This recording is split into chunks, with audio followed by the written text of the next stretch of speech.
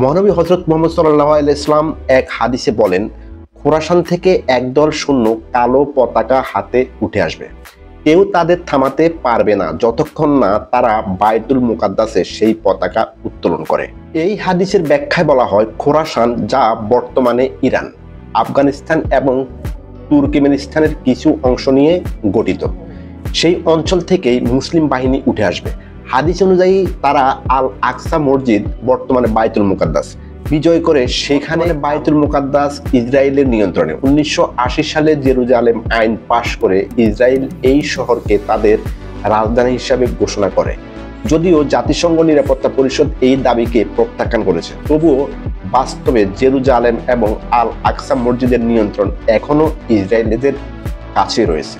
আরেকটি হাদিসে রাসূল সাল্লাল্লাহু আলাইহি ওয়াসাল্লাম বলেন, তোমরা যখন খোরাসান থেকে কালো পতাকা আসতে দেখবে তখন তাদের প্রতি সাড়া দিও, কারণ তাদের মধ্যেই থাকবে আল্লাহর খলিফা ইমাম মাহাদি। এই দুই হাদিসের ভিত্তিতে অনেক ইসলামী চিন্তাবিদ মত দিয়েছেন এই যুদ্ধই হতে পারে আল মালহামা বা মানব ইতিহাসের সবচেয়ে ভয়াবহ যুদ্ধ।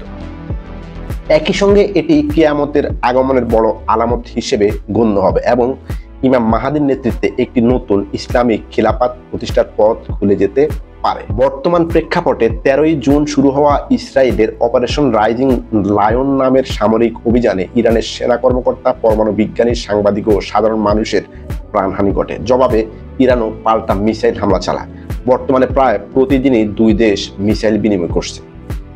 এই ঘটনার প্রেক্ষাপটে ইসলামী হাদিসের আলোকে অনেকেই প্রশ্ন তুলেছেন, তাহলে কি কিয়ামতের পূর্বাভাস পাওয়া যাচ্ছে? পৃথিবী কি এগিয়ে যাচ্ছে শেষ অধ্যায়ের দিকে? এই প্রশ্নের নির্ধারক উত্তর একমাত্র আল্লাহ তাআলাই ভালো জানেন।